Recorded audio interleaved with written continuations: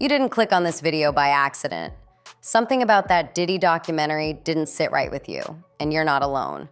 Millions of people watched Sean Combs' The Reckoning on Netflix and walked away feeling like they'd just been shown a version of the truth, not the whole thing. Now Jaguar Wright is stepping forward and saying exactly what many people were already thinking. According to Jaguar, what Netflix released wasn't a real documentary at all. In her words, it was a mockumentary. Something that looks serious on the surface, but carefully avoids the most dangerous parts of the story. And here's the key point she keeps repeating. The most explosive material was never meant to reach the public. Jaguar claims that massive portions of footage, testimonies, and names were deliberately cut, not because they were unreliable, but because they would have forced the industry to confront people who still hold power today. This is where the narrative starts to shift. Because the documentary presents Diddy as a lone villain, one man whose rise and fall can be neatly packaged into 4 episodes. But Jaguar says that framing is misleading. She argues that Diddy was never operating alone, and that focusing solely on him protects the larger system that enabled everything. And once you start thinking about it that way, the omissions become impossible to ignore. Jaguar says she personally submitted material that Netflix flat out refused to air, not edited, not watered down, completely rejected. She claims the reasoning wasn't about accuracy, it was about risk. Risk all of the stuff that they hear about Diddy is something that's new. He's been doing these things.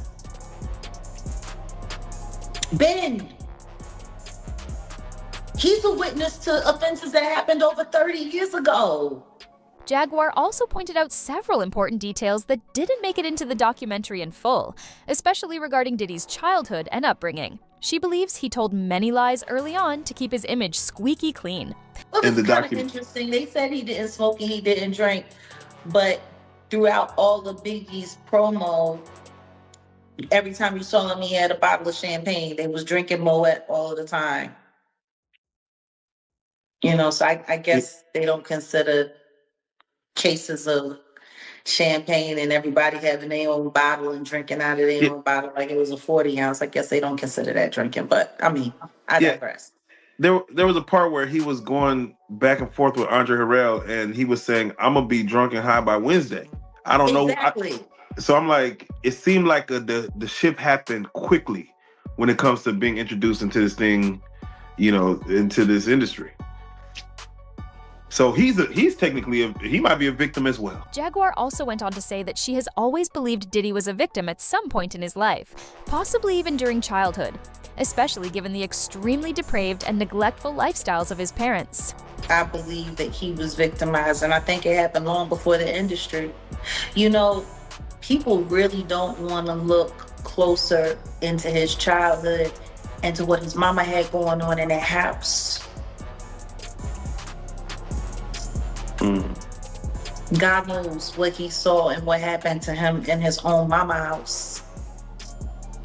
All of those strangers, them up involved, looking around, seeing what was going on. And let's just be clear, it sounds like her house was a house of, you know, professional freak-offs. So who knows what he saw or what could have happened to him while she was busy entertaining people and pouring and getting tips, as she would say, for her after-hour life.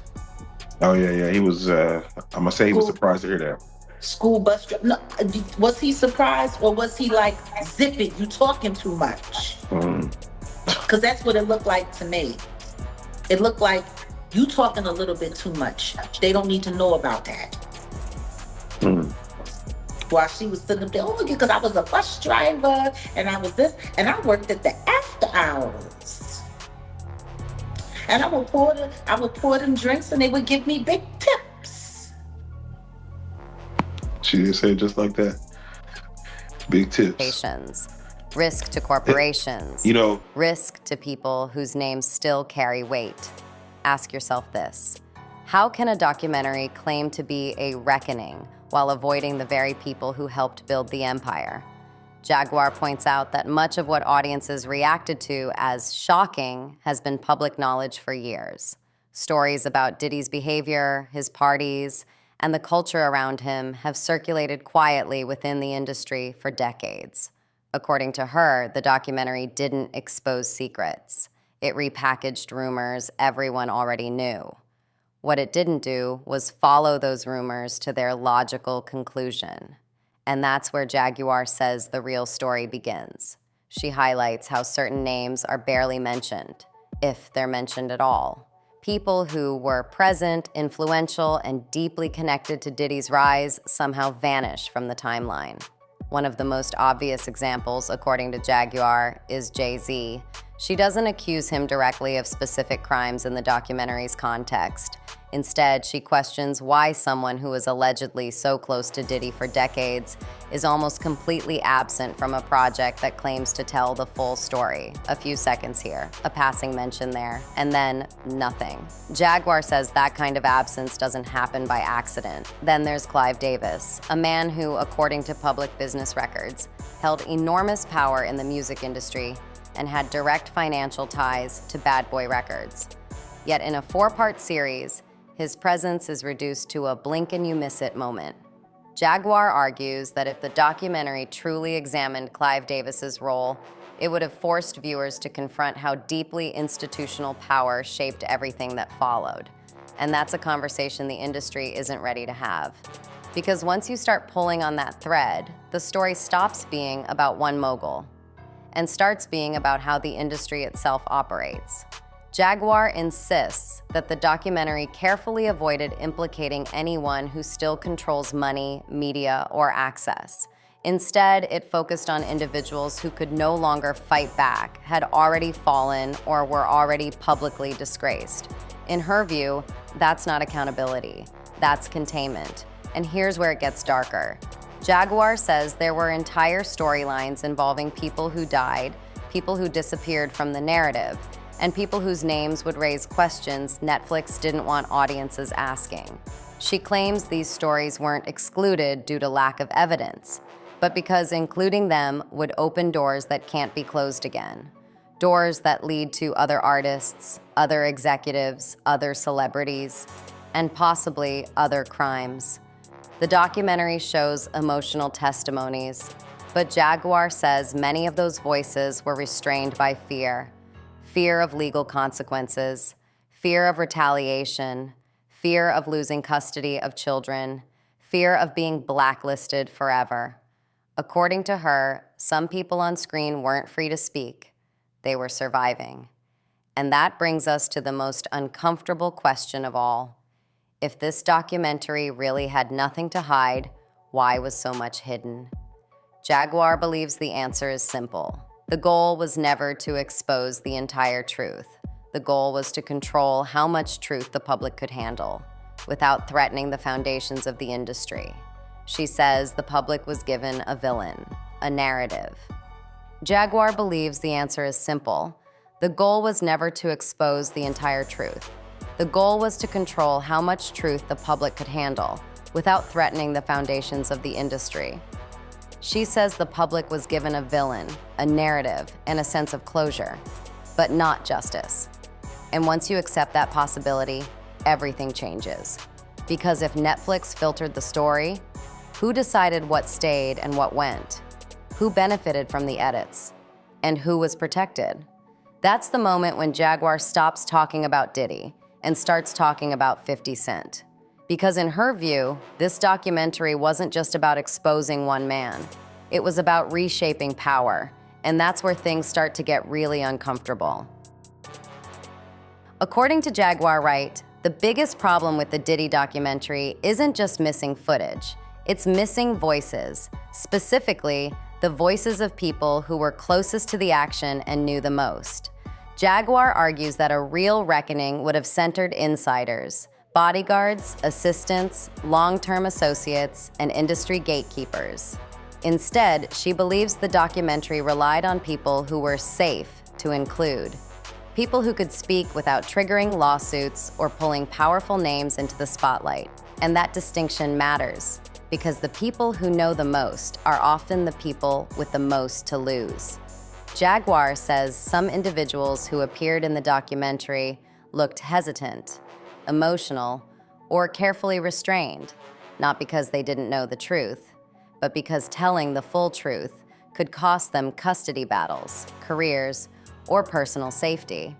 In her view, that turns testimony into survival. She also points out that several major insiders were expected to appear, but didn't.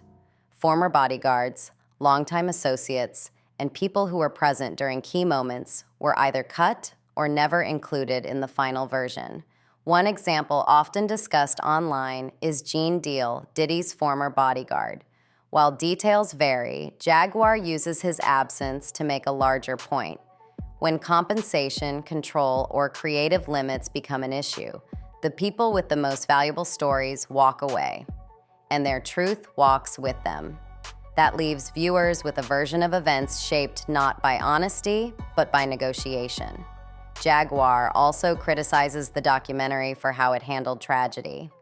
She believes focusing on a limited number of incidents while avoiding others creates the illusion that the damage was isolated instead of systemic. In her opinion, addressing certain deaths or deeper connections would have opened doors the documentary didn't want to walk through. Because once you do that, the story stops being about one man and starts being about an entire industry. She further claims there were storylines involving younger artists and powerful mentors that were allegedly too sensitive to include. Whether confirmed or not, Jaguar's argument is that the industry always protects its most valuable assets. So instead of full exposure, the public gets a controlled narrative. And that's the turning point. Jaguar doesn't believe this documentary failed by accident. She believes it succeeded at exactly what it was designed to do: give the appearance of accountability without threatening the system behind it, which leads directly to the most controversial claim of all. Because Jaguar doesn't think 50 Cent made this documentary to tear the industry down. She thinks he made it to rearrange who's on top. This is the point where Jaguar Wright's narrative stops being just about Diddy and becomes something much bigger. Because according to Jaguar, the Netflix documentary wasn't the end of a reckoning. It was a controlled chapter in a much longer story about power, image, and who gets to survive when the dust settles. And at the center of that story, she places 50 Cent. Now, to be clear, Jaguar does not deny that serious allegations exist against Diddy. She doesn't defend him. What she questions is why this documentary looks the way it does, who benefits from its structure, and who quietly walks away untouched. In her view, the documentary doesn't dismantle the industry, it rearranges it. Jaguar's most controversial claim is this: she believes 50 Cent didn't step into this project to expose corruption for the sake of justice. She believes he stepped in to remove competitors and reposition himself within the power structure of hip-hop and entertainment. That's a heavy accusation, but let's examine why she believes it. First, Jaguar points to history. The tension between 50 Cent and Diddy didn't start with this documentary. It goes back decades: public jokes, social media trolling, long-standing friction that has played out in front of audiences for years. So when 50 suddenly becomes the face of accountability, Jaguar asks the question many people are afraid to say out loud: why now? According to her, if the goal was purely to expose wrongdoing, the documentary wouldn't have stopped where it did. It wouldn't have avoided major figures. It wouldn't have softened timelines. It wouldn't have excluded people who could connect dots the public isn't supposed to see. Instead, she believes the documentary carefully balances outrage with restraint, enough shock to dominate headlines, enough detail to feel serious, but not enough truth to threaten the system. Jaguar says that's not an accident, that's strategy. In her words, real accountability is messy. It burns bridges. It invites lawsuits. It forces uncomfortable conversations that don't fit neatly into 4 episodes. And she doesn't believe that's what this project was ever designed to do. She believes it was designed to control the narrative. And that's where her distrust of 50 Cent comes in. Jaguar argues that 50 is not an outsider. He's not a whistleblower. He's a seasoned industry player who understands exactly how power moves behind the scenes. He knows how stories are framed, how outrage is monetized, and how positioning works. In her view, he's not challenging the system, he's navigating it. She even goes so far as to say that if Diddy and others are removed from their positions, someone else will inevitably step in. And she questions whether that replacement would truly be better or just different. Her exact concern is this: she doesn't believe 50 wants to change the industry. She believes he wants to run it. Now again, these are opinions, not proven facts, but they matter because they force a deeper conversation about motives. Because if someone exposes wrongdoing while also protecting certain people, certain institutions, and certain relationships, are they exposing the truth or managing it? Jaguar believes the answer is management, and she doesn't stop there. She suggests that 50 Cent himself may have vulnerabilities, things he wouldn't want scrutinized too closely.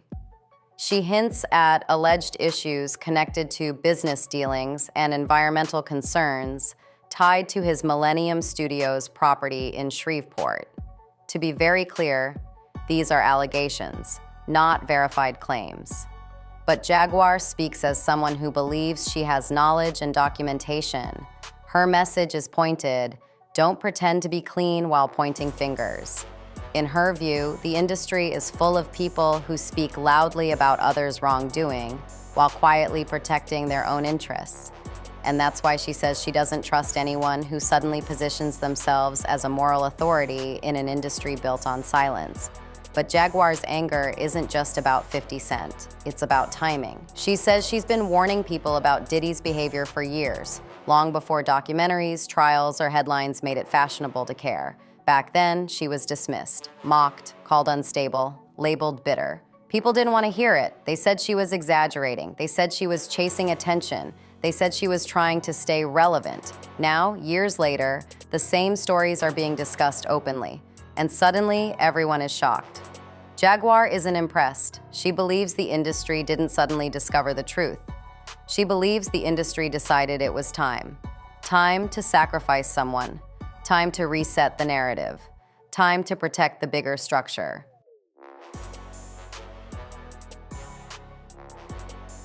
She compares this moment to past scandals where one figure becomes the acceptable monster, the person everyone agrees to condemn so the rest of the system can continue operating with minimal disruption. In her eyes, justice isn't what's driving these moments. Control is. And that's why she warns that this won't stop with Diddy. Jaguar openly suggests that other powerful figures are being protected, for now. She points to the silence of certain names, the lack of scrutiny around others, and the careful framing of history. She even suggests that Jay-Z could be next, not as a prediction, but as a warning. She believes silence only works temporarily, and that eventually narratives shift. Whether that happens or not remains to be seen. But what's undeniable is that Jaguar has reached a point where she no longer cares about the consequences of speaking out. She says she's ready to release more information, more names, more stories, more material that didn't make it into Netflix's version of events. She believes the public deserves the unfiltered truth, not the version approved by lawyers, corporations, and streaming platforms. And here's the part that should really make you pause. If even some of what Jaguar claims is accurate, then the documentary everyone is calling The Reckoning wasn't the conclusion at all. It was the opening move. Because once one person speaks loudly, others feel permission to speak too. And if that happens, this conversation stops being about one mogul and becomes about an entire culture of silence. A culture where power protects power, where victims are ignored until it's convenient, where truth is managed instead of revealed. So now the question comes back to you. Do you think Jaguar Wright is exposing real gaps in the story? Or do you think she's pushing speculation too far? Do you believe 50 Cent's involvement represents accountability or strategy? And most importantly, do you believe we've actually seen the real reckoning yet? Let me know what you think in the comments. I read every single one, and I want to hear your perspective. If this video made you think, like it. If it challenged the narrative, share it. And if you want more unfiltered stories, deep dives, and conversations the mainstream won't touch. Subscribe to I Love Gossip, because the real story never ends where the documentary does. See you in the next one.